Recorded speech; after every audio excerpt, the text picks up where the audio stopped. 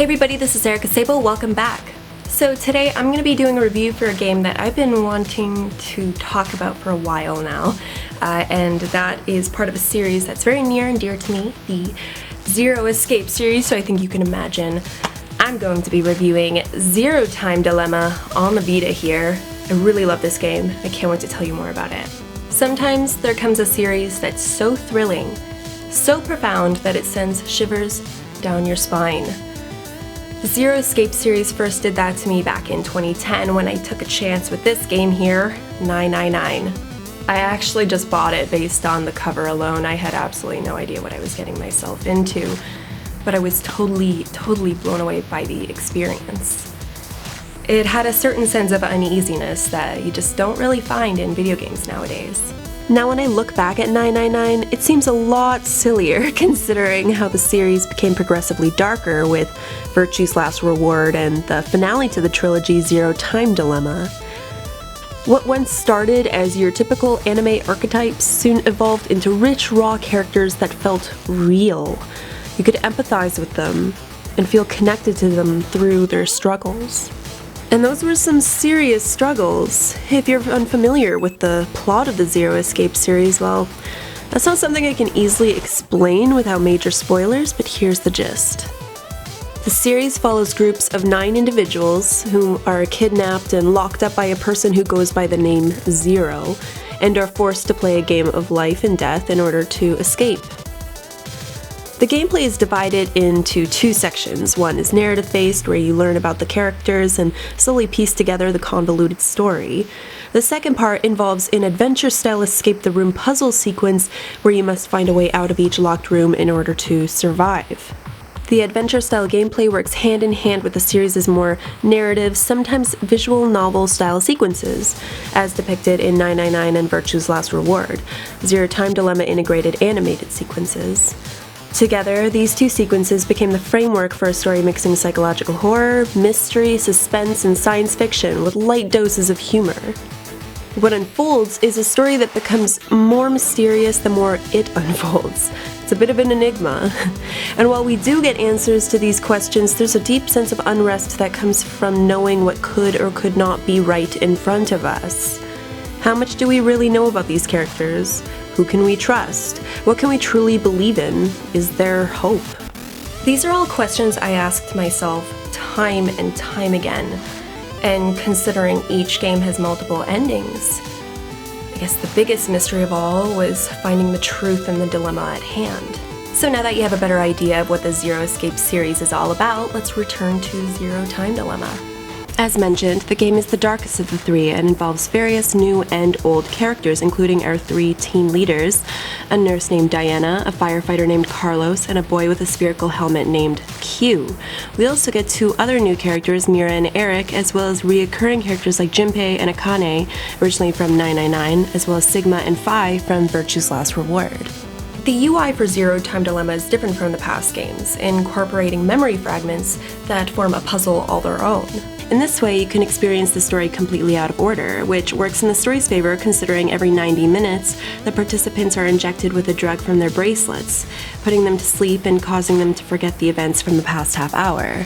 Each fragment is like a new beginning, immersing you further into the dilemma and creates this deep sense of empathy, even pity, for the characters experiencing it. The experience can feel jarring, hopping from one timeline to the next, but ultimately it tells a story rich with detail. Speaking of story, Zero Time Dilemma, just like its predecessors, pays very close attention to detail, no matter how convoluted the experience may be.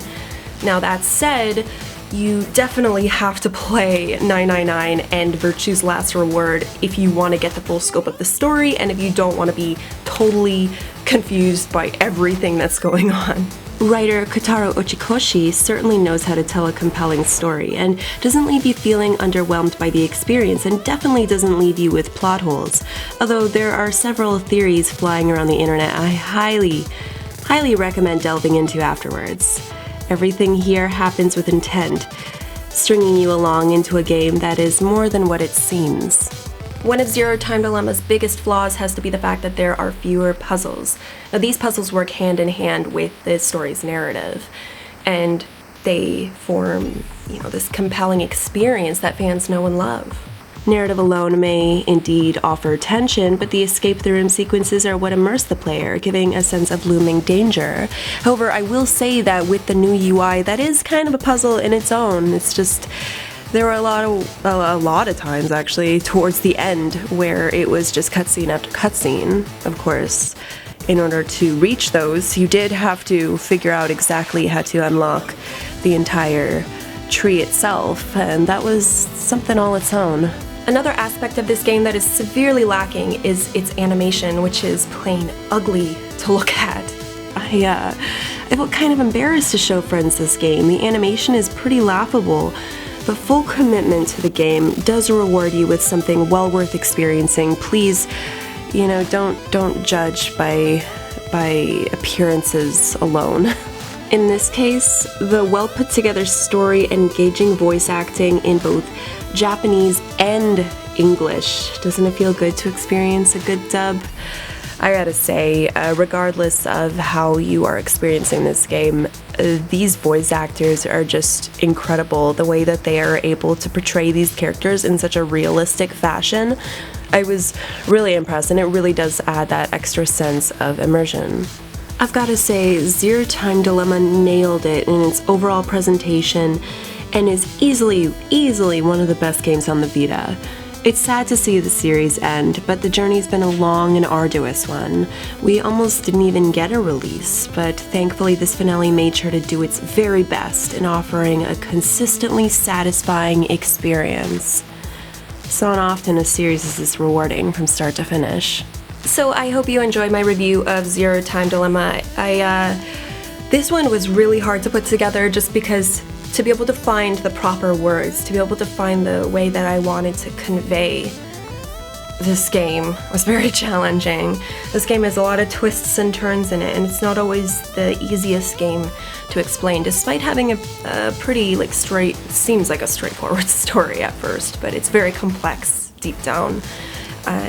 But yeah, I had a really great time with this, and it's so nice to have a proper conclusion, actually have this opportunity to have a full experience. I really didn't think that this game was going to be released. I think a lot of us were worried that it wasn't going to be. So I'm really glad that we got the game that we so deserve. Thanks again for tuning in. Please tune in again very soon for some Twitch streams, which I started doing recently and I've been having a blast with. If you check the details below, you'll find the link for my Twitch channel.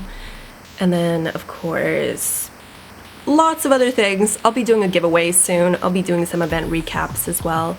You'll be seeing a lot more of me. Okay, I will see you all later, alright? Okay, peace, bye.